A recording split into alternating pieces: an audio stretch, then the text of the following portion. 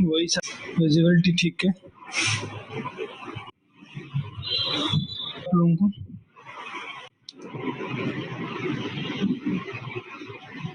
चलिए, कोई भी डाउट होगा, कोई किसी भी रिगार्डिंग किसी टॉपिक या कोई चीज समझ नहीं आ रही, आप मैसेज कर दीजिए, ठीक है, आपका जरूर सुना जाएगा, ठीक है, ऐसा नहीं। अगर कल वाले में भी डाउट है तो कल वाला भी करा दिया जाएगा। किसी को डाउट था कि डिग्री ऑफ फ्रीडम कैसे आता, तो मैंने प्रॉपरली एक्सप्लेन किया था, आप वापस से जा सकते, देख सकते। अगर क्लियर नहीं होता तो आप मेरे को ऑफलाइन या व्हाट्सएप या टेक्स्ट मैसेज भी कर सकते हैं, ठीक है, कोई प्रॉब्लम नहीं है, बस आपको समझ आना चाहिए, ठीक है। तो कल जहां पे हमने छोड़ा था लास्ट टाइम वो था इक्को पार्टीशन थ्योरम। इक्को पार्टीशन थ्योरम का स्टेटमेंट आपको इंपॉर्टेंट है, ध्यान देना चाहिए, और जो लोग लेक्चरर का प्रिपरेशन कर रहे थे उनको मालूम होगा, ये लेक्चरर 2021 के पेपर में भी आया था, सेम स्टेटमेंट आया था, ठीक है। तो क्या कहता है इक्को पार्टीशन थ्योरम, ये लेक्चर नंबर 2 है, ये आपका लेक्चर नंबर 2 है थर्मोडायनेमिक्स का, ठीक है। तो चलिए आज ठीक है, चलते हैं, चलिए शुरू करते हैं। अरे कॉपी पेन निकाल लो, चाहे फॉर्मूले भी नोट करोगे, थोड़ा सा माइंड जो है अटेंटिव रहता है, ठीक है। चलिए इक्को पार्टीशन थ्योरम के ऊपर जाते हैं कि इक्को पार्टीशन थ्योरम क्या होता है। तो the average kinetic energy associated with each degree of freedom is half KBT.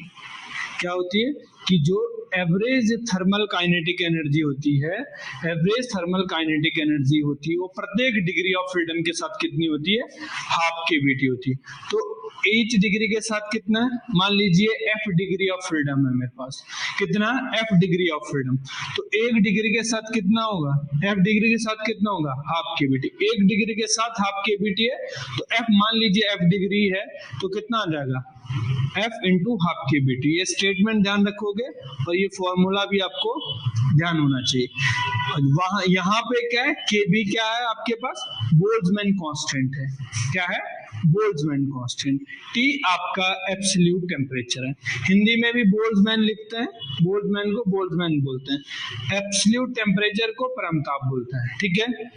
तो स्टेटमेंट आपको क्लियर है कि कोई भी जो है ईच डिग्री ऑफ फ्रीडम, प्रत्येक डिग्री ऑफ फ्रीडम के साथ जो थर्मल काइनेटिक एनर्जी एसोसिएट होती है, एवरेज थर्मल काइनेटिक एनर्जी, वो कितनी होती है, हाफ केबीटी। स्टेटमेंट आपको क्लियर हो जाना चाहिए, ठीक है। स्टेटमेंट के ऊपर ही क्वेश्चन आता है, कितना होता है, ईच डिग्री के साथ हाफ केबीटी होता है। तो केबी क्या है, बोल्ट्जमैन कांस्टेंट है। अब एक और रिलेशन आता है, बताइए relation between Boltzmann constant and gas constant के बीच में क्या होता है, ठीक है। तो Boltzmann constant equal to R is a gas constant upon N A, N is Avogadro number. क्या होता है एन ए, एवोगैड्रो नंबर, ठीक है। आर की वैल्यू कितनी होती है, 8.34 जूल पर मोल केल्विन होती है, ठीक है। तो ये किसी एग्जाम में पूछा गया, तो आप इस बात को, छोटी छोटी बातें आपसे पूछी जाती है। गैस कांस्टेंट की न्यूमेरिकल वैल्यू कितनी है, 8.34 जूल पर मोल केल्विन। मैंने कल एक चीज भी सिखाई थी आप लोगों को कि आप लोग क्या कर सकते हैं, पीवी इक्वल टू एनआरटी से इसकी यूनिट और यूनिट की क्या कर सकते हैं, फाइंड कर सकते हैं। N A is Avogadro number, Avogadro number की वैल्यू कितनी होती है, 6.023 10 टू द पावर 23, ठीक है। ये क्या हो जाएगा आपके पास, एवोगैड्रो नंबर। और यहाँ पे आते हैं, अगर मुझे क्या है, बोल्ट्जमैन कांस्टेंट की वैल्यू फाइंड करनी है तो कितनी होती है, 1.38 10 to the power -23 joule per kelvin. हम जब आपके पास प्रैक्टिस सेट कराएंगे तो वहां पर क्या जितने भी कांस्टेंट है उनकी वैल्यू लिख देंगे, ठीक है, क्योंकि इनकी वैल्यू तो आपको पढ़नी याद रखनी पड़ेगी, ठीक है। कुछ जो है कांस्टेंट जो होते हैं जिनकी वैल्यू फाइंड की जा सकती है, लेकिन आपको ऐसे भी याद होनी चाहिए, ठीक है, क्योंकि डायरेक्ट क्वेश्चन इसके बेस पे पूछे जाते हैं, ठीक है। तो केवी की वैल्यू कितनी है, 1.38 10⁻⁻³ जूल पर केल्विन। ठीक है, तो इस स्लाइड में जो है हमने इक्विपार्टीशन थ्योरम पढ़ा। तो इक्विपार्टीशन थ्योरम क्या कहता है, ईच डिग्री के साथ कितनी थर्मल काइनेटिक एनर्जी होती है, हाफ केबीटी होती है। कितनी होती है, हाफ केबीटी। इसी को क्या बोलते हैं, इंटरनल एनर्जी। क्या बोल देते हैं आप, इंटरनल एनर्जी। ठीक है, तो U equal to average thermal kinetic energy equal to F is the degree of freedom into half KBT. KBT is a KB is Boltzmann constant, T is a absolute temperature. ठीक है, clear है। आपको इसके notes भी मिल जाएंगे। ठीक है, कल वाले नोट्स भी मिल जाएंगे, आज ही मिल जाएंगे आप लोगों को। ठीक है, मैं ग्रुप में आपके शेयर कर दूंगा। ठीक है, चलिए अब सेकंड है। ठीक है, अगर आपके पास, अगर मैं बात करता हूं, ठीक है, अगर मेरे पास मोल के लिए मुझे लिखना है, ठीक है, मान लीजिए 1 मोल के लिए मुझे लिखना है, तो 1 मोल के लिए क्या होगा, यहाँ पर n का मल्टीप्लाई हो जाएगा। देखो ये जो आया था, अभी मैं इसको समरी में बताऊंगा अभी आपको। जो केबीटी है वो एटॉमिक की फॉर्म में, मॉलिक्यूल्स के फॉर्म में। ठीक है, अगर मैं मोल की बात करता हूँ, average thermal kinetic energy for 1 मोल, तो कितना हो जाएगा, इसी को इंटरनल एनर्जी बोलते हैं। हाफ कितना, half F into half KBT into N. N is Avogadro number. अब आपको पता है केबी इक्वल टू कितना होता है, केबी इक्वल टू होता है आर बाई एन, ये होता है। यहां से क्या कर दोगे आप, आर रख सकते हो, तो F equal to R KB, 1/f, 1 कितना हो जाएगा, एफ अपॉन 2 आर टी। ठीक है, तो जो इंटरनल एनर्जी हो जाएगी मोल के लिए, जो हमने अभी पीछे पढ़ा हुआ था आपके पास, हम आगे देखते भी है कि अगर मैं समरी की बात करता हूं, तो अगर आपके पास मॉलिक्यूल्स है, एटॉमिक की बात हो रही है, एटम की बात हो रही है, एटॉमिक। ठीक है, अगर एटॉमिक की बात हो रही है तो कितनी है, एक मॉलिक्यूल्स, एक एटम के साथ m/2 केबीटी, यानी 1/2 केबीटी हो जाएगा, f इंटू 1/2 केबीटी। ठीक है, अगर 1 मोल के लिए लिखूं मैं, ठीक है, मोल के लिए लिखूं, तो 1 मोल में क्या हो जाएगा, यहाँ एवोगैड्रो नंबर क्या हो जाएगा, मल्टीप्लाई हो जाएगा 1 मोल के केस में। तो ये कितना, केबी, और क्या है आपके पास, एन ने क्या बना देगा, आर बन जाएगा। तो इसको क्या लिख सकते हैं हम, 1/2 आर टी। ठीक है, एफ तो रहेगा यहाँ पर। ठीक है, एफ इंटू 1/2 आर टी। और अगर मुझे n मोल के लिए करना है, तो यहाँ पे क्या कर दूंगा मैं, n का मल्टीप्लाई कर दूंगा। ये बात क्लियर है आप लोगों को, तीनों चीजें समझ आनी चाहिए कब मैं इसको लिख रहा हूं। देखो 3 चीज लिखी है हमने,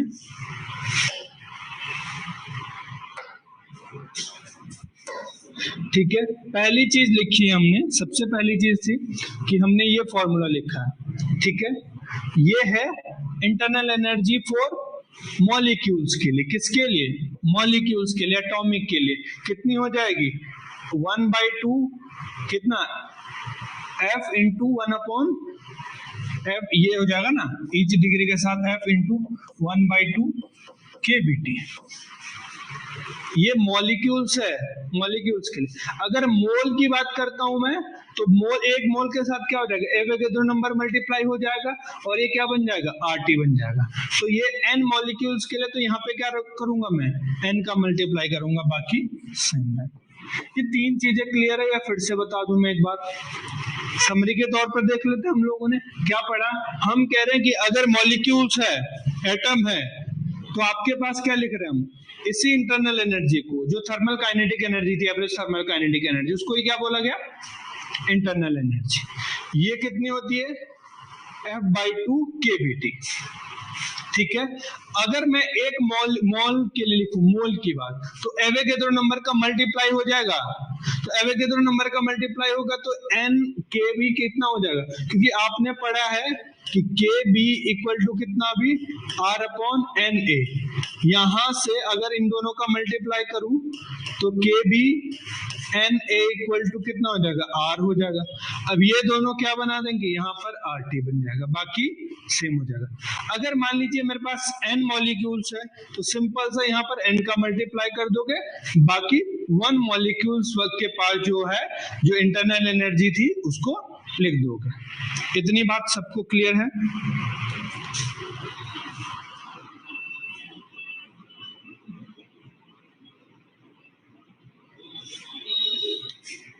इतनी बात ठीक है? क्लियर हो गई ये बात?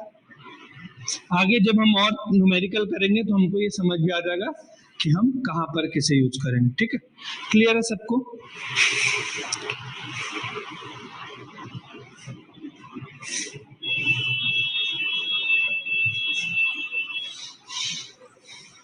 एक मैसेज कर दीजिए नॉर्मली। ठीक है, क्लियर है तो यस वाई लिख दो, नहीं है तो एन लिख दो। कोई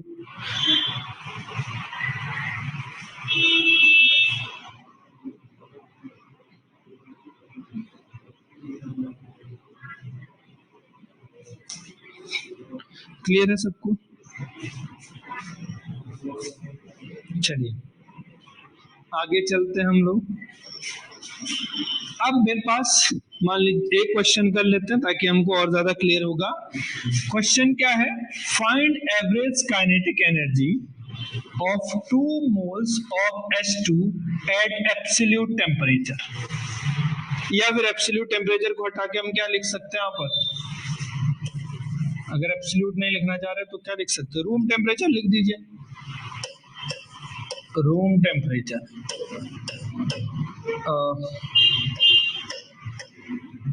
टेम्परेचर या इसको लिख सकते हैं 300 केल्विन।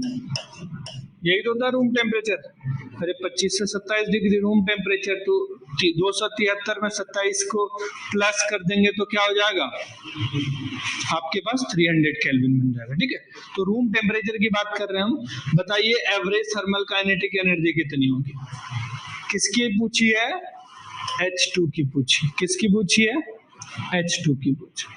तो सिंपली क्या है, हिंदी वाले भी लिख सकते हैं कि जो औसत क्या होती है थर्मल गतिज ऊर्जा होती है वो कितनी है 2 मोल के लिए, H2 के 2 मोल के लिए। हिंदी वाले लिख सकते हैं क्या है? औसत थर्मल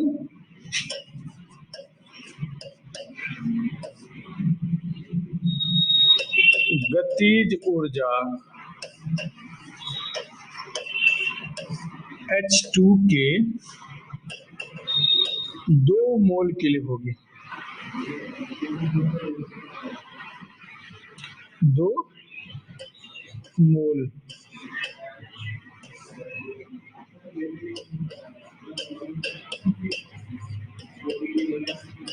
ठीक है, कितनी हो?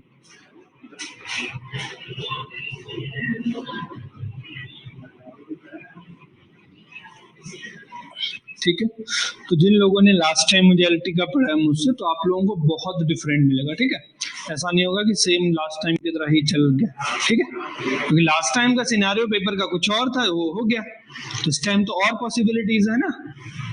देखो क्या होता है, लास्ट टाइम जिन्होंने पढ़ा तो वो उस हिसाब से पढ़ाया गया जिस हिसाब से आपका एग्जाम बनना। अब इस हिसाब अब वही पेपर तो आएगा नहीं, तो कुछ चीजें क्या होगी, नई चीजें ऐड होगी, तो आपको अपडेटेड वर्जन में पढ़ाया जाएगा, ऐसा नहीं है। ठीक है, तो देखिए डायटोमिक गैस की बात कर लेते हैं। तो जो एवरेज काइनेटिक एनर्जी होती है, जो कि इंटरनल एनर्जी होती है, ठीक है, आंतरिक ऊर्जा के इक्वल होती है, वो कितनी होती है? 1 डिग्री के साथ कितनी होती है? Half KVT. F is a degree of freedom.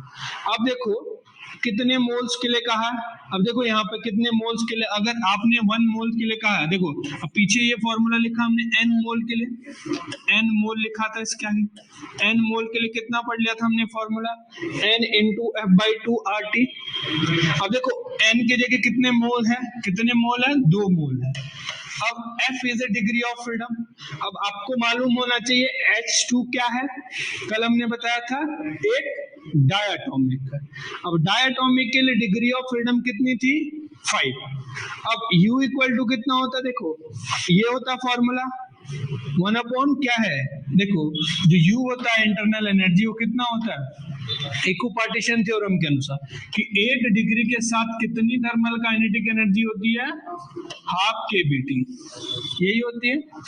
तो डिग्री ऑफ फ्रीडम कितनी हो गई डाया के लिए 5, तो 5 यहां पर रख देंगे तो कितनी 5/2 के बीटी। अब यहां पे क्या है, एफ की जगह कितना आ जाएगा डायटोमिक के लिए 5 आ जाएगा, आरटी तो सेम है, तो 2 से 2 कैंसिल हो गया, तो कितना आ गया आपके पास 5 आरटी इज, ये ठीक है करेक्ट आंसर। बात करते हैं, अगर मुझे U जो है average thermal kinetic energy according to equipartition theorem, हमको क्या लिखना है, अगर मोनोएटॉमिक के लिए लिखना है, डाया के लिए लिखना है, तो मोनोएटॉमिक में डिग्री ऑफ फ्रीडम कितनी होती है 3 ट्रांसलेशन कर सकता है, क्या है, कल भी मैंने एक एग्जांपल से समझाया था। मान लीजिए एक पार्टिकल है, मान लीजिए मैं हूं, अब मैं क्या कर सकता हूँ, या तो ऊपर दीवार पे चढ़ सकता हूँ, या सीधा जा सकता हूँ, या लेफ्ट की तरफ जा सकता हूँ, 3 ये कॉर्नर में ऊपर चढ़ सकता हूँ, इधर जा सकता हूँ या इधर जा सकता हूँ, 3 डिग्री ऑफ फ्रीडम। अगर हम 2 लोगों को जोड़ दिया जाए, तो इस एक्सिस में तो हमको रखा गया था, तो हम या तो इसके आसपास घूमेंगे, ये जो खड़ा पिरल है, या फिर हम क्या करेंगे, इसके नीचे वाले रूम से होते ऐसे घूमेंगे, अपने एक्सेस के अबाउट क्या करेंगे, रोटेशन नहीं करेंगे। तो 3 तो ट्रांसलेशन, ट्रांसलेशन तो आप कर ही सकते हो, 3 इधर भी जा सकते हैं, इधर भी, ऊपर भी, 2 रोटेशन होंगे, तो डिग्री ऑफ फ्रीडम कितनी होती है वहां पर 5 होती है, ठीक है। तो ये क्लियर है, तो U इक्वल टू कितना F half K B T, F की वैल्यू कितनी है 3, तो कितनी हो जाएगी, ये आपसे पूछे जा सकते हैं कि अकॉर्डिंग कितने, किसके, इक्विपार्टीशन थ्योरम के अकॉर्डिंग बताइए एवरेज थर्मल काइनेटिक एनर्जी कितनी होती है 4 मोनोएटॉमिक, डायटोमिक, पॉलीएटॉमिक। तो डायटोमिक के लिए डिग्री ऑफ सिंपल सा आप क्या कर दोगे, जो आपने फॉर्मूला पढ़ा कितना, U इक्वल टू कितना, ईच डिग्री के साथ कितनी एनर्जी होती है हाफ के बीटी, इसके जगह सिर्फ F की जगह क्या रख दोगे, क्या रख दोगे F की जगह आप, सिंपल सी बात है डिग्री ऑफ फ्रीडम, मोनोटॉमिक होगी तो 3 रखोगे, पॉलीएटॉमिक होगी तो कितने रखोगे 5 रखोगे, ठीक है।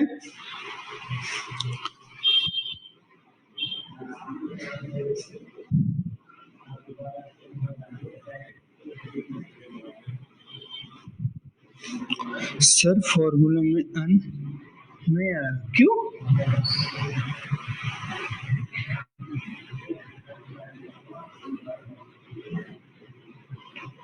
कौन से फॉर्मूले, इसमें n नहीं आएगा,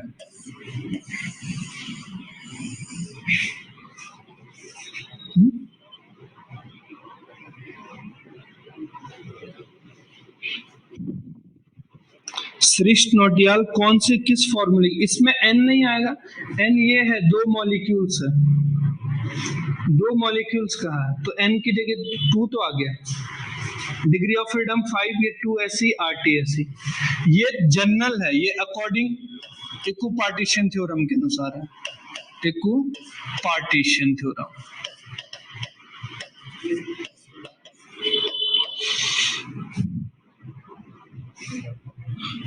रिपीट क्लास बिल्कुल देख सकते हैं सर, क्लास हाफ से ज्वाइन करिए तो बाद में बिल्कुल देख सकते हैं, रिपीटेड रहेगी, ठीक है, रिपीट क्लास बिल्कुल देख सकते हैं आप।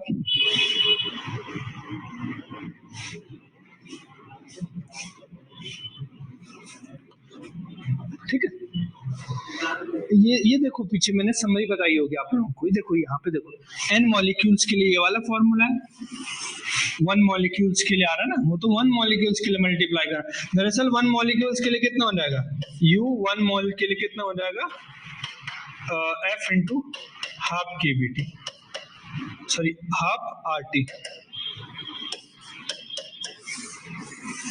कितना आ जाएगा 1 मोल के लिए, क्योंकि इसके साथ एवोगैड्रो नंबर का मल्टीप्लाई होता है, ठीक है, और ये होता है एटॉमिक लेवल पे या मॉलिक्यूलर लेवल, ठीक है।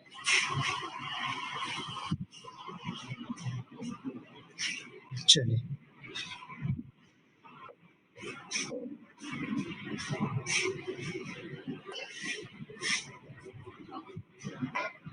ये हो गया था आपका, क्लियर है सबको? जो चीज नोट करना चाह रहे हैं कर सकते हैं। आप सबको फॉर्मूला शीट मिल गई थी? नहीं मिली है तो आज शेयर कर देंगे आपसे, ठीक है? साथ साथ नोट जरूर बनाएंगे, ठीक है? एक चीज और है, मैं पहले से बोलता हूँ, हर क्लास में बोलता हूँ, नोट्स बनाने हैं, अपने खुद के नोट्स बनाने हैं, अपने हाथ से लिखे हो, नो प्रिंट फॉर्म में, ना कोई टाइपिंग फॉर्म में, क्योंकि सॉफ्ट कॉपी में आपके पास पता नहीं कितना सारा डेटा पड़ा है, नहीं पढ़ पाएंगे। तो क्या करना, अपने नोट्स बनाने सबको, जितनी चीजें लिखाई गई है उतनी चीजें आपको नोट होनी चाहिए, ठीक है? टाइम लग रहा होगा आपको, लग रहा होगा, देखो परमानेंट मेमोरी के लिए हमेशा लिखते हैं, कोई चीज लिखी क्यों जाती है, ताकि परमानेंट मेमोरी रही। अब आजकल क्या ट्रेंड है कि आपको पीडीएफ से पढ़ लेंगे तो वो आप भूल जाते हो, इसीलिए जब भी कोई चीज परमानेंट मेमोरी में करना है तो आप उसको लिख लोगे, ठीक है? तो कुछ सबके नोट्स बनाने हैं प्रॉपरली, एक एक सब्जेक्ट के, एक एक टॉपिक के। पीडीएफ से काम नहीं चलेगा, ठीक है? चलिए अब देख लीजिए, अगर मेरे पास ये था एवरेज थर्मल काइनेटिक एनर्जी, ये फॉर्मूला तो अभी अभी पढ़े फॉर एन मॉलिक्यूल्स के लिए, तो अगर मैं इस फॉर्मूले को डिफरेंशिएट कर दूं बोथ साइड, तो मैंने डिफरेंशिएट कर दिया, डेल्टा यू, एन तो बाहर, एफ आर कितना, एफ बाई टू आर, ये क्या हो जाएगा, डेल्टा टी हो जाएगा, कुछ नहीं, ये डेल वी हो जाएगा, और ये क्या हो जाएगा आपके पास, डेल्टा टी हो जाएगा, ठीक है? अब यहां से कल भी हमने एक चीज कहा था, सीबी कितना आ गया था? अच्छा, किसी ने कल एक क्वेश्चन नहीं किया, ये कितना था, यहाँ पे कितना, एन से एफ बाई टू आर की जगह क्या आ जाएगा, सीबी आ जाएगा, F by two R CB. क्या कहा था हमने, कैसे कहा था कल? एक चीज हमने कही थी कल आपके सामने, क्या कहा था कि आपके पास क्या है, जो सीबी है वो क्या हो जाएगी, हमने कहा था सीबी हो जाएगी आपके पास del U by del T, यही कहा था। उसके बाद हमने कहा था कि यू की वैल्यू तो कितनी है, कितनी है यू की वैल्यू, मान लीजिए कितनी, हाफ 1/2 के बी टी, ठीक है, 1/2 के बी टी। अब देखो, अगर मैं इसको यहां रख दूं ऊपर, तो कितना हो जाएगा, सी बी इक्वल टू कितना हो जाएगा, F into half K B, ये तो हो जाएगा, ठीक है? या आर की फॉर्म में ऐसा हो जाएगा, ये यू है, इसको जब भी आप डिवाइड करोगे, या मॉलिक्यूल्स के लिए देखना चाह रहे हैं या मोल के लिए देखना चाह रहे हो आप पे, ये मॉलिक्यूल्स की बात हो रही है, तो मैं अगर मोल की बात कर रहा हूँ, गैस मॉलिक्यूल्स की बात कर रहा हूँ, ठीक है, मोल की बात कर रहा हूँ, तो सी बी इक्वल टू 1, बस यहाँ पे मोल के केस में क्या हो जाएगा, एन ए का मल्टीप्लाई हो जाएगा एवोगैड्रो नंबर का, तो सी बी की वैल्यू कितनी आ गई आपके पास, एफ इंटू 1/2 के बी, ये आर की फॉर्म में, तो एफ इंटू 1/2 आर। अब मैंने दो चीज कल आपको बताई थी, कौन कौन सी, specific heat at constant volume, specific heat at constant pressure, और मैंने इसको सीवी लिखा, किसी ने क्यों नहीं कहा कि सीपी क्यों नहीं लिख दिया हमने इसको,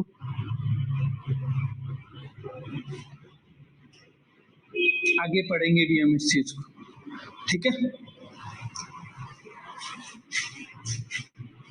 ठीक है?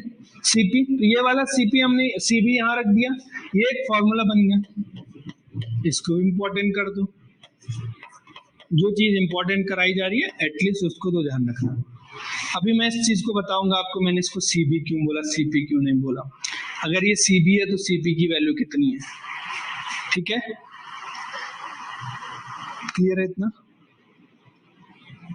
अब देखो नेक्स्ट आपके पास स्पेसिफिक हीट, क्या है, स्पेसिफिक हीट कैपेसिटी, जिसको बोलते हैं विशिष्ट ऊष्माधारिता, जिसके आगे विशिष्ट नाम आ जाए तो मटेरियल का होगा, वो कॉपर है, वाटर है, हाइड्रोजन है, रेडॉन है, आयरन है, मर्क्यूरी है, जो भी चीज है वो material to material very good. तो स्पेसिफिक मतलब क्या हो जाएगा, मटेरियल पे डिपेंड करता है। तो ये कल भी पढ़ाया था हमने कि मान लीजिए मेरे पास कोई एक मटेरियल का टुकड़ा है, मैंने इसको डी की अमाउंट हीट दिया और इसका मास m था और इसके टेम्परेचर में मान लीजिए dt चेंज हुआ, तो यहां से क्या लिख सकते हैं, dq directly proportional to m dt। Proportionality का साइन हटेगा तो कितना आ जाएगा आपके पास, c इक्वल टू कितना, dq equal to m c dt। Proportionality का साइन हटाया, c आया। अब c की वैल्यू निकालेंगे तो dq अपॉन कितना हो जाएगा, m dt हो जाएगा। dq क्या है आपके पास, हीट है, क्या है, हीट, अमाउंट ऑफ हीट, और ये क्या है, टेम्परेचर है। अगर मैं बात करूं स्पेसिफिक हीट की डेफिनेशन की, तो डेफिनेशन क्या कहती है आपके पास कि temperature need to rise unit mass by unit, नहीं, हीट नीड होगा ना, टेम्परेचर क्या यहां हो जाएगा, हीट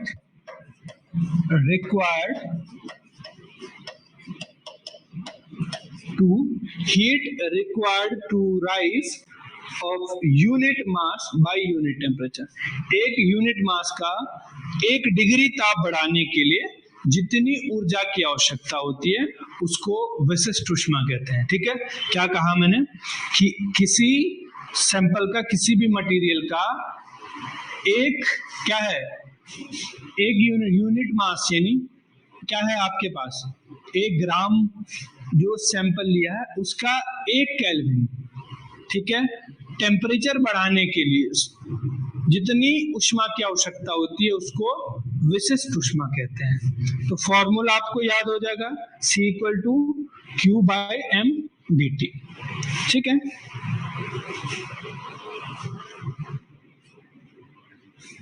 कोई समस्या तो जरूर शेयर करें। ठीक है, अब एक क्वेश्चन है हमारे पास, इसको करते हैं फिर और आगे समझते हैं विशिष्ट ऊष्मा।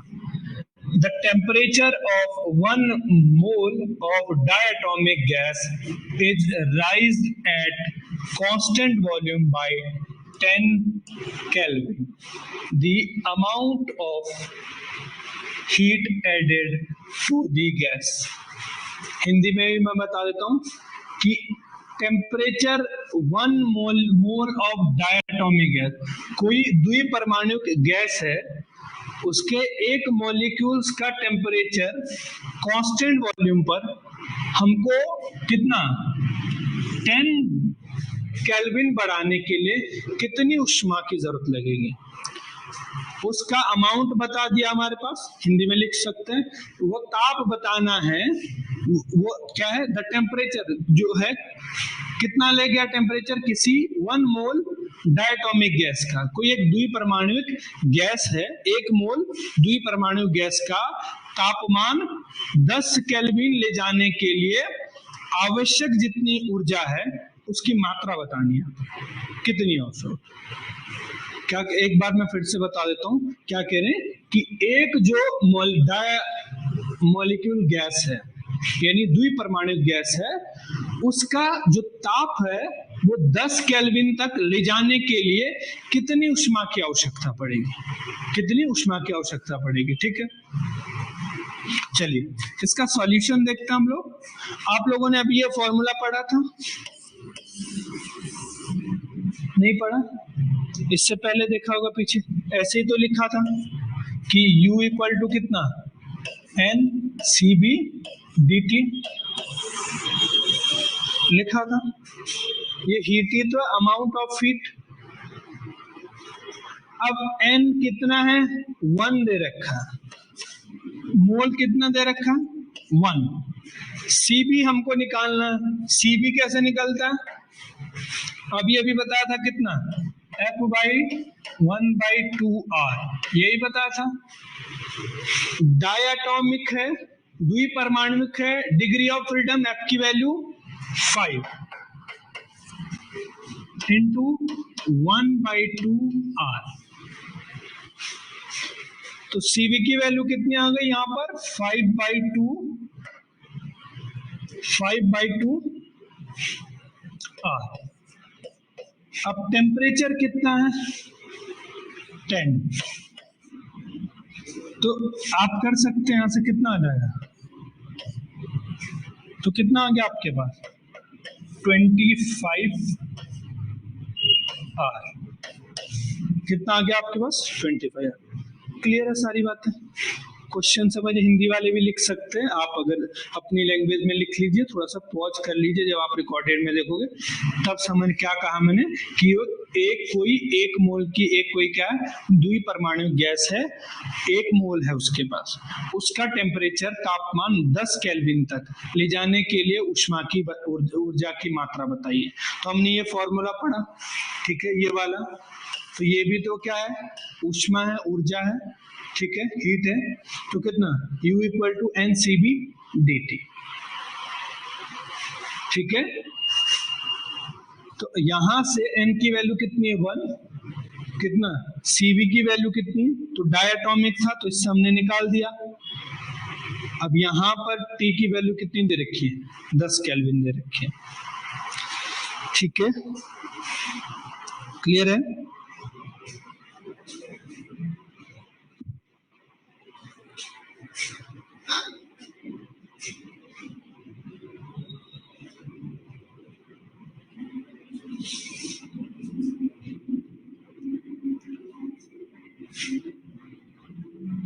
ठीक है, क्लियर है।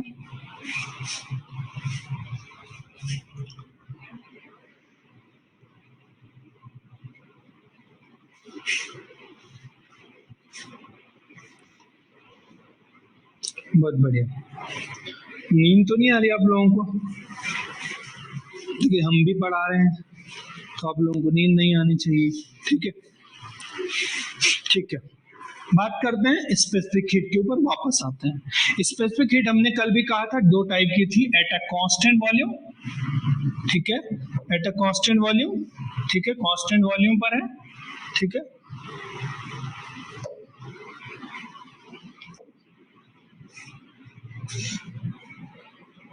एट अ कांस्टेंट वॉल्यूम, ठीक है, ये हो गया आपके पास कांस्टेंट वॉल्यूम में।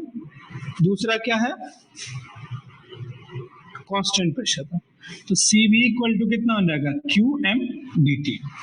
यानी कांस्टेंट वॉल्यूम की क्या कर रहे हैं हम, कोई एक गैस है, 1 ग्राम गैस है, उसका टेम्परेचर 1 डिग्री बढ़ाने के लिए जितनी ऊष्मा की आवश्यकता होती है, लेकिन वॉल्यूम कैसा होना चाहिए, कांस्टेंट होना चाहिए। तो उस जगह क्या हो जाएगी, specific heat eight a constant volume. V constant है, 1 ग्राम है, अमाउंट कितना 1 ग्राम है, उसका टेम्परेचर, ये तो स्पेसिफिक हीट की डेफिनेशन ही है कि 1 ग्राम क्या है गैस का 1 डिग्री ताप बढ़ाने के लिए जितनी ऊष्मा की आवश्यकता होती है, जितनी हीट की रिक्वायर्ड होती है, उसको ही क्या बोला जाता है स्पेसिफिक हीट। पर केस क्या है यहाँ पर वॉल्यूम कांस्टेंट रहना चाहिए। अब मैंने एक चीज कहा था आपसे, क्या कहा था कि मैंने इसको CV क्यों लिखा, मैंने एक ये फॉर्मूला लिखा था आपके सामने, ये वाला formula C equal to del U by del T। अब इसके आगे मैंने डायरेक्ट इसको CV लिख दिया, ठीक है। चलिए दूसरा क्या है, एट अ कांस्टेंट प्रेशर की बात करें, तो कांस्टेंट प्रेशर पे क्या होगा, प्रेशर कांस्टेंट रहेगा, बाकी क्या हो जाएगी, 1 ग्राम गैस का तापमान 1 डिग्री बढ़ाने के लिए जितनी ऊष्मा की आवश्यकता होगी, पर इसके जगह क्या हो जाएगा, P कांस्टेंट होगा, प्रेशर चेंज नहीं होगा। ऊपर वाले में क्या था, कांस्टेंट। तो Cp इक्वल टू QM/dt, दोनों फॉर्मूले सेम लग रहे होंगे, बस यहाँ पर क्या है, प्रेशर कांस्टेंट है, वहां पर वॉल्यूम कांस्टेंट। यूनिट की बात करते हैं तो कल हमने केजी में आपको करवाया था, केल्विन में, तो हो सकता है डिग्री सेल्सियस किसमें, ग्राम और डिग्री सेल्सियस में हो, तो क्या हो जाएगी जूल ग्राम पर सेल्सियस। मैंने कहा ऑप्शन के रिक्वायरमेंट के हिसाब से आप चेंज कर लोगे, क्योंकि आपको पता है यहाँ पर मास को लिखा ग्राम, टेम्परेचर को लिखा डिग्री सेल्सियस। कल हम क्या लिख रहे थे, केजी और केल्विन लिख रहे थे। तो आपके ऑप्शन में क्या है उस चीज को भी जरूर देखना है, ठीक है, अब बात करते हैं कि हमने एक फॉर्मूला कहा आपको कि ये क्या होता है, जो सी होता है स्पेसिफिक हीट होती है, वो इंटरनल एनर्जी को टाइम के रिस्पेक्ट में डिफरेंशिएट करते हैं। ये मोस्ट इंपॉर्टेंट फॉर्मूला है आप लोगों के लिए। अब देखो एक चीज, देखिए एक चीज मैं बता देता हूं आपको, यहाँ पर मैं एक स्लाइड ऐड करता हूँ, ठीक है। अब देखो यहाँ पर मैंने कहा कि जो सी होती है स्पेसिफिक हीट, वो होती है del U by del T, ठीक है। और इसके आगे हमने डायरेक्ट लिखा है इसको, सी बी इक्वल टू कितना होगा, अगर यू आपके पास कितना है 1 डिग्री के साथ कितना, हाफ के बी टी, ठीक है, हाफ के बी टी है। तो ये कितना हो जाएगा, देखो डिफरेंशिएट करेंगे तो कितना, एफ इंटू 1/2 के बी, यही हो जाएगा। पर मैंने इसको सी बी क्यों लिखा, सी पी क्यों नहीं लिखा, सीपी क्यों नहीं लिखा, सीबी क्यों लिखा, क्या मेरी मर्जी आ गई थी या मेरे को वी अच्छा लग रहा था, नहीं। इसका मतलब है at constant volume, at a constant volume, constant volume कहानी। अब देखो कांस्टेंट वॉल्यूम की क्या कहानी, फर्स्ट लॉ जानते हैं आप थर्मोडायनेमिक्स का, मैंने कल भी डिस्कस किया था कि हीट को ना ही उत्पन्न किया जा सकता है ना ही क्रिएट किया जा सकता है, बस हीट क्या होती है, एक फॉर्म से दूसरे फॉर्म में कन्वर्ट हो जाती है। क्या होती है, एक फॉर्म से दूसरे फॉर्म में क्रिएट हो जाती है। तो यहाँ क्या है, ये जो डी क्यू हीट थी वो सिस्टम में कुछ तो कार्य करने में खर्च हो गई, बाकी जो बची हीट थी वो उस सिस्टम के क्या है, इंटरनल एनर्जी के रूप में संचित हो गई, आंतरिक ऊर्जा के रूप में संचित हो गई।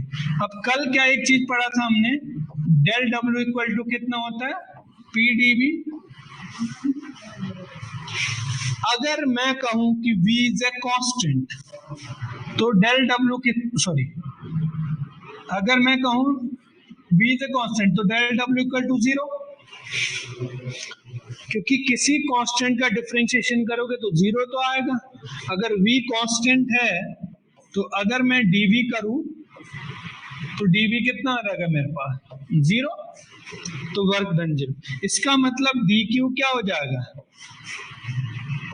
du हो जाएगा। अब बताओ आप इस चीज को लिख सकते हैं, बोलो कैसे लिख सकते हैं, क्योंकि आपने पढ़ा है हीट कैपेसिटी कैसी होती है, C equal to D Q by D T. अरे यही तो है, अगर 1 मोल ले लिया, 1 ग्राम ले लिया, तो यही स्पेसिफिक हीट है, D Q by D T. अब Q की जगह मैं U लिख सकता हूँ, इसीलिए मैंने इस फॉर्मूले को लिखा और साथ में इसके वॉल्यूम रख दिया। अगर वॉल्यूम फिक्स नहीं होगा तो मैं नहीं लिख सकता, अगर वॉल्यूम फिक्स है तो मैं इसको डायरेक्ट सीबी कैसे लिखूंगा, यह है मोलर स्पेसिफिक हीट, यानी किसी मॉलिक्यूल्स के लिए एट अ कांस्टेंट वॉल्यूम पे, ठीक है। क्लियर है ये कहानी, सीपी और सीबी कैसे लिखा हमने,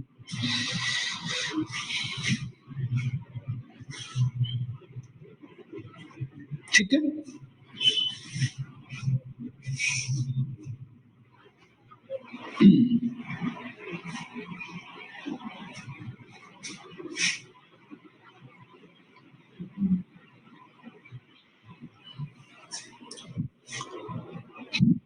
आगे बढ़े,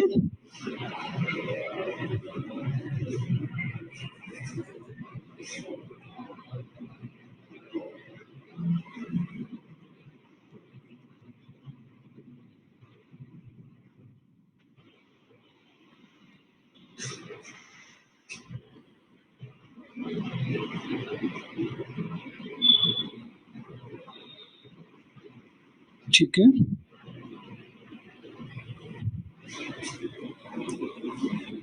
क्लियर है इतना,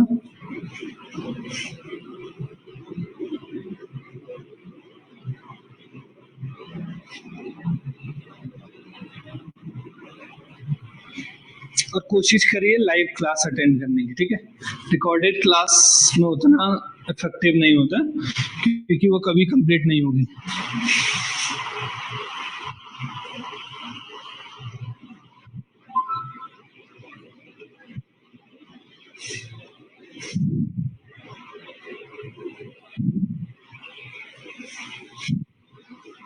ठीक है, आगे चलें।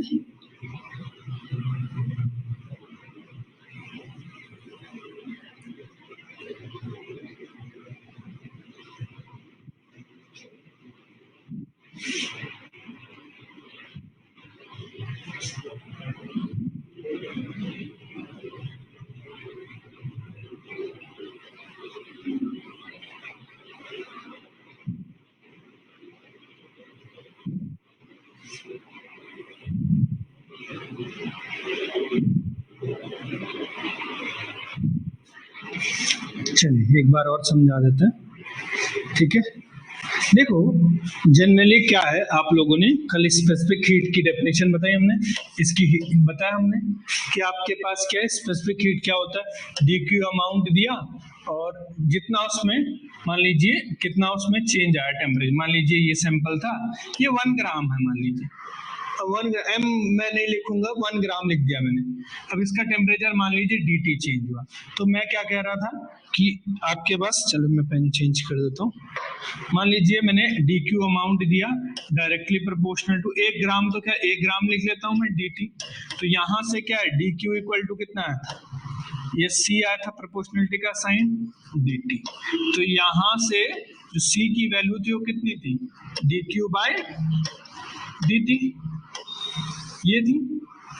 अब मैंने, ऐसा लग रहा है जैसे मैंने इस फॉर्मूले को लिखा, इससे पहले वाले क्वेश्चन में देखो, जैसे मैं इस फॉर्मूले को लिखा, मैंने एक फॉर्मूला आपको कहा था ये वाला, वेरी वेरी इंपॉर्टेंट, मैंने कहा था C equal to del U by del T. तो सिमिलर लग रहा है ऐसा कि जैसे ये है, ये वाला फॉर्मूला, पर क्यू की जगह यू है, क्यू की जगह क्या है, यू हीट है, ये क्या क्यू हीट है, और ये क्या इंटरनल एनर्जी है, अरे ये है internal, you is internal energy, Q is amount of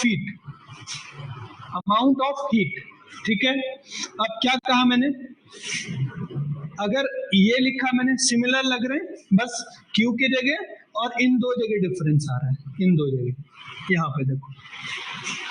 तो वो कैसे आया, क्योंकि हम फर्स्ट लॉ ऑफ थर्मोडायनेमिक्स जानते हैं, मैंने कहा कि अगर मैं इसको डिफरेंशिएट कर दूं, यू की तो ऑलरेडी वैल्यू ये है इक्विपार्टीशन थ्योरम के अकॉर्डिंग, यू की तो आपके पास इक्विपार्टीशन थ्योरम के अकॉर्डिंग ये वैल्यू, अगर मैं यहाँ पर रख दूं यू की वैल्यू, तो ऐसा आ जाएगा, सी की वैल्यू कितनी आ जाएगी, एफ 1/2 टी का डिफरेंशिएशन कितना हो जाएगा 1, तो कितने आ गई, एफ इंटू 1/2 के बी। अब F is a degree of freedom है, बाकी सेम है, T 1 हो गया। अब इस C के आगे मैंने CV लगा दिया। दो टाइप की स्पेसिफिक हीट पढ़ी थी हमने, CP और CB, eight constant pressure at a constant volume. तो मैंने कहा कि मैंने इसी चीज को लिख दिया एट कांस्टेंट वॉल्यूम। तो मैंने कहा कि मैंने क्यों लिख पाया मैं इसको कांस्टेंट वॉल्यूम, CP क्यों नहीं लिख पाया, तो मैंने कहा कि हम जानते हैं according to first law of thermodynamics, first law of thermodynamics क्या कहता है कि अगर DQ अमाउंट दोगे तो वो ऊर्जा नेवर क्रिएटेड नेवर डिस्ट्रॉय, ठीक है। हम क्या कर सकते हैं, कन्वर्ट कर सकते हैं, we will convert one form to another form. एक फॉर्म ये थी, DQ मेरे पास हीट थी, अब उसने किसी सिस्टम को दी, कन्वर्ट किया, तो आधी ऊर्जा तो उसमें खर्च हो गई वर्क डन में, आधी ऊर्जा क्या हो गई उसकी इंटरनल एनर्जी के रूप में संचित हो गई। अब यहां से जानते हैं हम, ये कल भी पढ़े थे हम, कि वर्क डन इक्वल टू कितना होता है, PdV। अब जो वर्क, अगर V कांस्टेंट है तो किसी कांस्टेंट का डिफरेंशिएशन 0, तो ये डेल W क्या आ जाएगा आपके पास, 0 आ जाएगा। अब अगर मैं इसको यहाँ पे रखूं तो डेल Q क्या आ जाएगा, डेल U। अब लग रहा है दोनों सेम सेम है। अब इसके जगह मैंने क्या रख दिया, डायरेक्ट इसको रख दिया, पर कब रख पाया, अगर वॉल्यूम कांस्टेंट है, अगर वॉल्यूम कांस्टेंट है तो ठीक है। तो अब से आप सीपी की वैल्यू कितनी लिख रहे हो, half F into half K B T, के भी होगा, टी नहीं होगा इसके साथ, क्योंकि टी तो इसके साथ होता है यू के साथ। ये स्पेसिफिक हीट है, ये इंटरनल एनर्जी है, ठीक है। चलिए आई होप क्लियर होगा, आप चलते हैं आगे नेक्स्ट स्लाइड में। अब देखो, फॉर एनी गैस, किसी भी गैस की बात करते हैं हम, ठीक है, कोई भी डाउट हो बेझिझक पूछ सकते हैं, ठीक है। अगर मेरे पास कोई भी गैस है, उसके लिए फॉर्मूला लिखा जाता है Cp minus Cv equal to R. इसको क्या बोलते हैं? मेयर्स फॉर्मूला, मेयर का फॉर्मूला। हिंदी वाले भी ऐसे लिखते हैं, मेयर का फॉर्मूला। ठीक है, मेयर, ठीक है, फॉर्मूला, मेयर का सूत्र बोल देता है। ठीक है, आप पढ़ सकते हैं मेयर का सूत्र। ठीक है,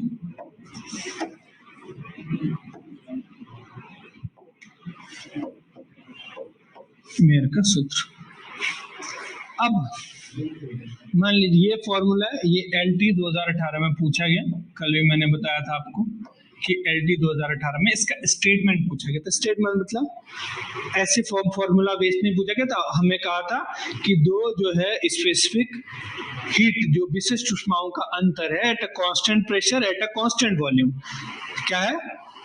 समान आयतन और समान दाब पर उनका अंतर किसके बराबर होगा? तो वो गैस कांस्टेंट के बराबर होगा। ठीक है, अब क्वेश्चन देख लेते हैं इसके बेस में कैसा कि H2 4H2 the value of Cp minus Cv। अगर अब देखिए Cp माइनस Cv क्या है आपके पास? ठीक है, R के इक्वल होते हैं, आप लोगों को ये बात मालूम है, Cp माइनस Cv। तो अगर इस क्वेश्चन का आंसर देखोगे आप तो क्या हो जाएगा? Cp minus Cv equal to R. ये होती है मोलर, मोलर मास होता है, ये मोलर स्पेसिफिक हीट होती है। ये जो दोनों होती है ये होती है molar specific heat, molar specific heat.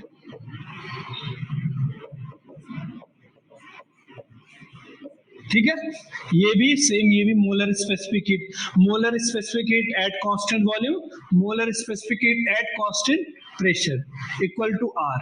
ठीक है, अब मैंने इसके आगे लिख दिया मोलर मास। मोलर मास किसका? जिसका गैस है, इक्वल टू आर। तो मोलर मास किसका, कौन सी गैस है, कौन सी गैस है? HN2 कर देते हैं, H2 N2 कर दो, ठीक, N2 कर देता हूँ मैं। ठीक है, N2 मान लीजिए, N2 है, N2 है। तो N2 का कितना मोलर मास? नाइट्रोजन में कितना होता है, कितना होता है मोलर मास?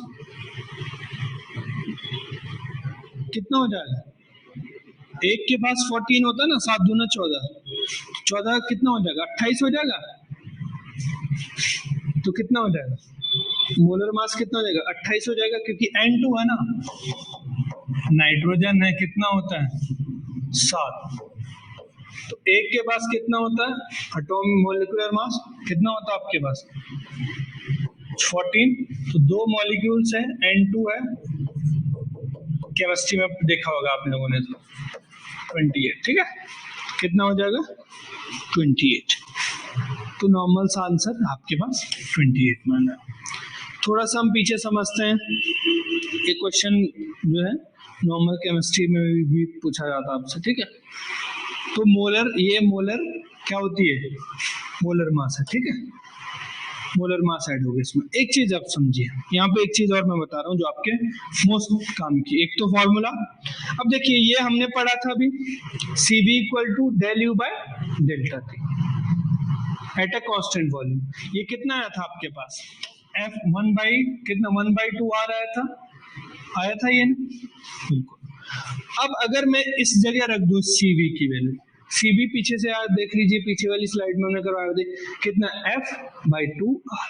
अगर मैं Cv को यहां पर रख दूं तो Cp माइनस Cv, तो Cv की जगह कितना, F/2R इक्वल टू आर। यहां से इसको इधर लेके गए तो R कॉमन आ गए दोनों में से, 1 प्लस F/2, 1 प्लस F/2। तो Cp की वैल्यू कितने है, 1 प्लस F/2 इंटू आर। और Cv की वैल्यू कितनी है, F/2 आर।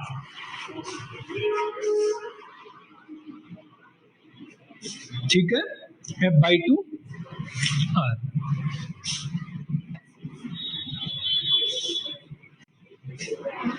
क्लियर है? आई होप क्लियर होगी। ये दो फॉर्मूले याद रखो। चलिए आगे चलते हैं हम नेक्स्ट स्लाइड में। ये है तीनों फॉर्मूले, नोट करके आप इनको ध्यान रख सकते हैं। सी वी इक्वल टू कितना F by two R, C P equal to F by two plus one R, gamma equal to कितना C P upon C V. Gamma क्या होता है?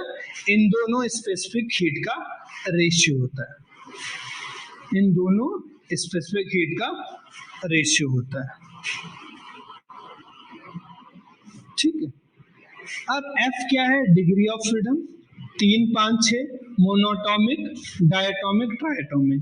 एक परमाणु, द्विपरमाणु का, 3 परमाणु गैसों के लिए। ठीक है, क्या हो जाएगा? डिग्री ऑफ फ्रीडम कितना आपके पास? 3, 5 और 6। तो 3 फॉर्मूले आपको ये याद होने चाहिए, तीनों फॉर्मूले याद होने चाहिए। ठीक है, याद भी नहीं है तो कम से कम ध्यान रहा होगा, तो तीनों क्या हो जाएंगे? ठीक है, तीनों आप निकाल सकते हो। ठीक है, बेसिकली ध्यान रहेगा कि गामा क्या होता है? Ratio of specific heat. CP upon CB होता है, इसका उल्टा भी हो सकता है, सीपी ऊपर फिर वी नीचे। ठीक है, ऐसे भी याद रखता कि ऐसे याद रख सकते हैं कि पी पहले आता है, वी बाद में आता है, तो जो पहले आएगा ऊपर, क्योंकि पेपर में छोटी छोटी चीजें कंफ्यूजन करती है, बहुत बड़ी बड़ी चीजें तो बाद में रखी ध्यान। ठीक है, जो छोटी चीजें होती है वो बार बार, क्योंकि वो रिकॉल होती नहीं इतनी आसानी से, नहीं रिवीजन होती नहीं है, हम सोचते चलो हो जाएगा, बाद में पेपर में कंफ्यूजन। मान लीजिए उसने सी वी अपॉन सी पी दे दिया, तो आप वहां पर गामा लिख के आ जाओगे।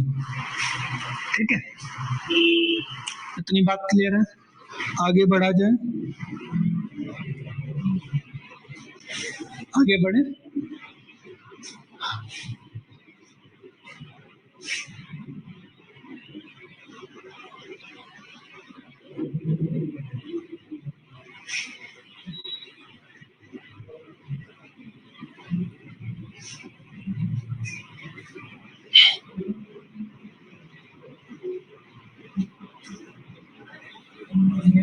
बता दीजिए। ठीक,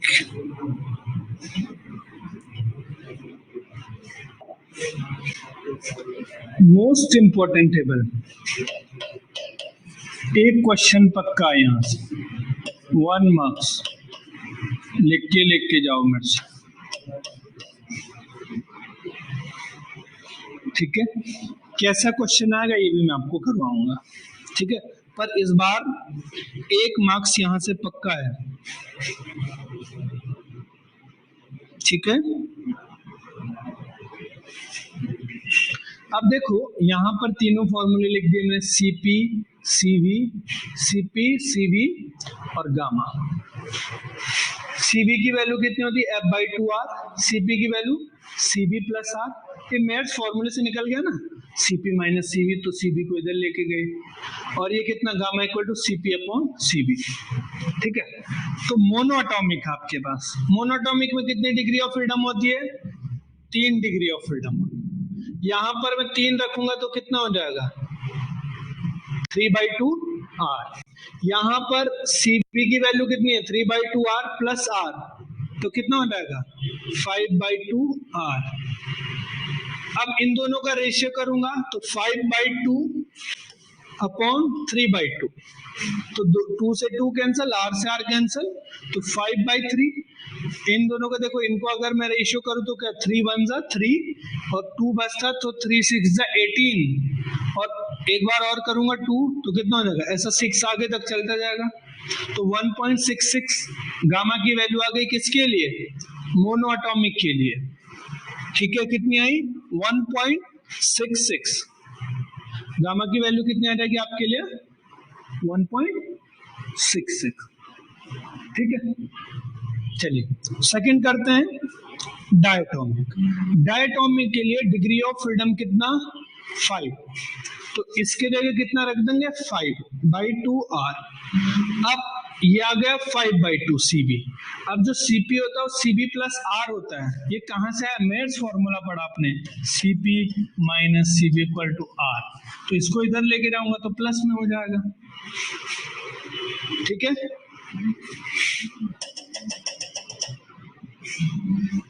अब इसमें एक और जोड़ोगे 5/2 में एक और आर जोड़ोगे तो कितना हो जाएगा 7/2। देखो ये वैल्यू प्लस आर कितना हो जाएगा 7/2 आर। अब इसके लिए गामा निकालेंगे तो सीपी की कितनी वैल्यू है 7/2 आर, सीबी की वैल्यू कितनी है 5/2 आर। डिवाइड करेंगे दोनों 7/5 इक्वल टू, इन दोनों का रेशियो निकाल के देखोगे तो 1.4 के आसपास आ जाएगा, एग्जैक्टली 1.4 है गामा की वैल्यू। अब ट्राई एटॉमिक की बात करेंगे या poly atomic, degree of freedom कितनी होती है 6। तो देखो यहाँ पर मैं 6 रखूंगा तो 2 से 6 कट जाएगा 3 टाइम्स, तो 3 आर हो जाएगा। अब सीपी कितना हो जाएगा, ये 3 आर है तो एक और आर तो कितना हो जाएगा 4 आर हो जाएगा। वैसे ही दोनों का रेशियो देखूंगा तो आर से आर कैंसिल, तो 4/3 कितना होता है 1.33। ये किसकी वैल्यू आ गई आपके पास, किसकी वैल्यू आ गई, गामा की वैल्यू आ गई। ठीक है, ये टेबल आप बना लीजिए, ठीक है, नहीं तो आपको नोट्स मिल जाएंगे। ठीक है, चलिए हम आगे चलते हैं।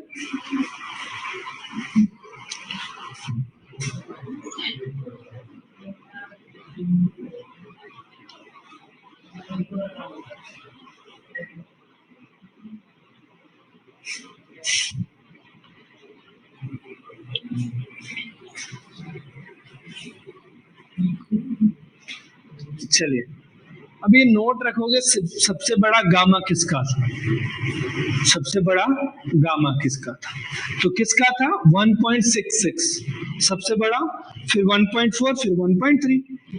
गामा किसका सबसे बड़ा, मोनोटॉमिक का। Very very most important question, बहुत बार पूछा जाना। अभी आपके पास मान लीजिए कंफर्म है गामा के ऊपर ही क्वेश्चन आएगा, या तो सीपी और सीबी के ऊपर आएगा या फिर गामा के ऊपर आएगा। तो मोनोटॉमिक का सबसे ज्यादा, फिर डाया का, फिर पॉली का। अब एक गामा का कल एक फॉर्मूला बताया था हमने आपके पास, वेरी वेरी इंपॉर्टेंट, कि gamma equal to 1+2/f।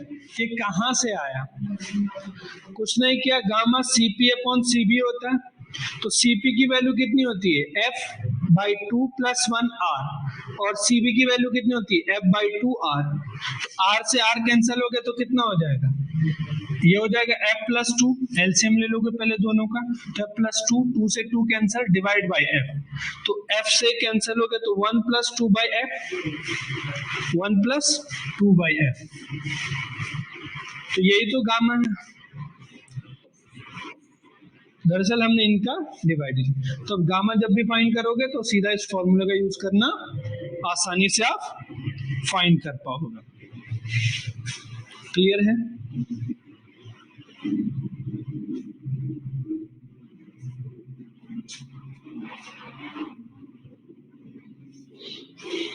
Clear होगा।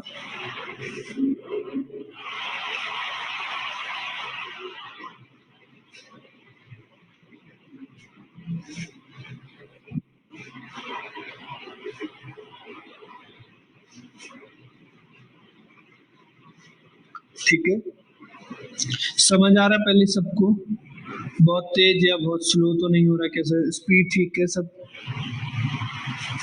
हाँ ठीक है सबको स्पीड।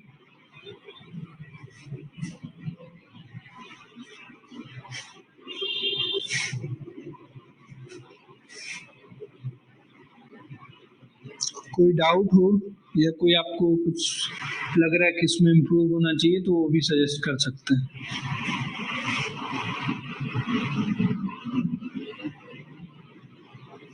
बहुत बढ़िया,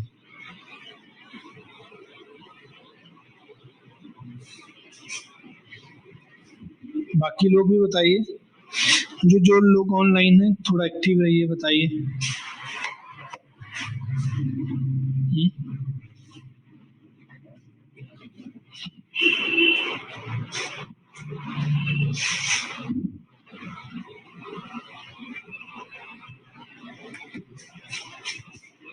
इसको बोलते हैं एटॉमिसिटी।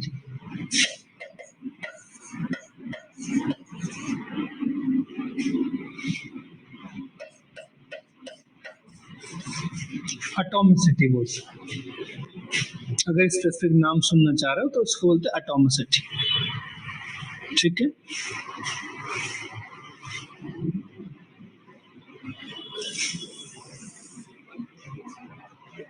ठीक है। अब एटॉमिसिटी क्या होती है ये भी पूछ सकते हैं। एटॉमिसिटी क्या है, एक नया नाम जोड़ दूं मैं कुछ भी तो आप मान जाओगे। एटॉमिसिटी का क्या मतलब हुआ, कोई बताए एटॉमिसिटी का मतलब क्या हुआ। मान लीजिए मैं कोई और नाम जोड़ दूं यहाँ पर कुछ और, एटॉमिसिटी का भी तो मीनिंग होगा ना, उसको एटॉमिसिटी क्यों बोला गया है?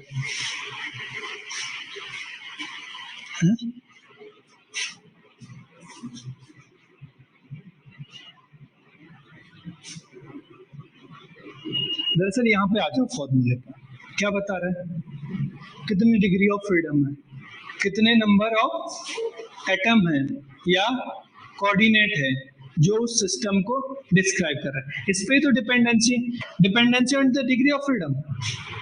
Basically gamma is depends on the F, F is a degree of freedom. Degree of freedom क्या होती है, मिनिमम required coordinate या terms describe the system which are independent to each other। ऐसे मिनिमम टर्म या coordinate जो एक दूसरे से पर निर्भर नहीं करते और साथ ही क्या होते हैं जो पूरे सिस्टम को डिस्क्राइब कर पाए।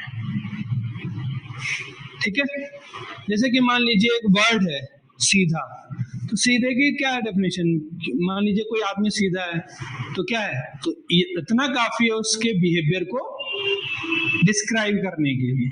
तो ये क्या बताता है आपके पास, नंबर ऑफ एटम्स,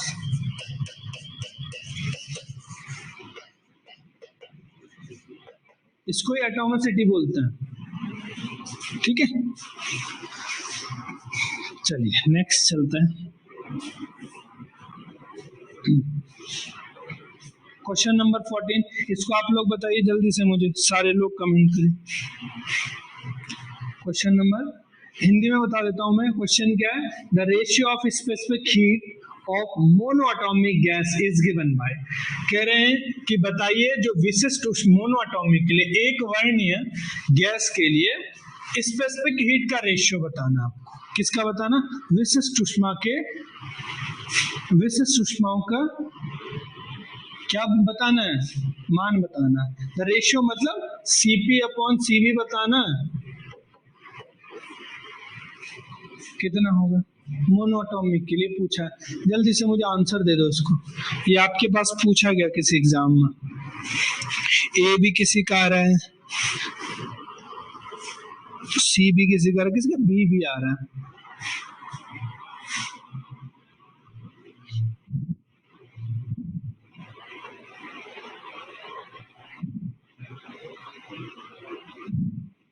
बाकी लोग सबका आंसर आना चाहिए सी।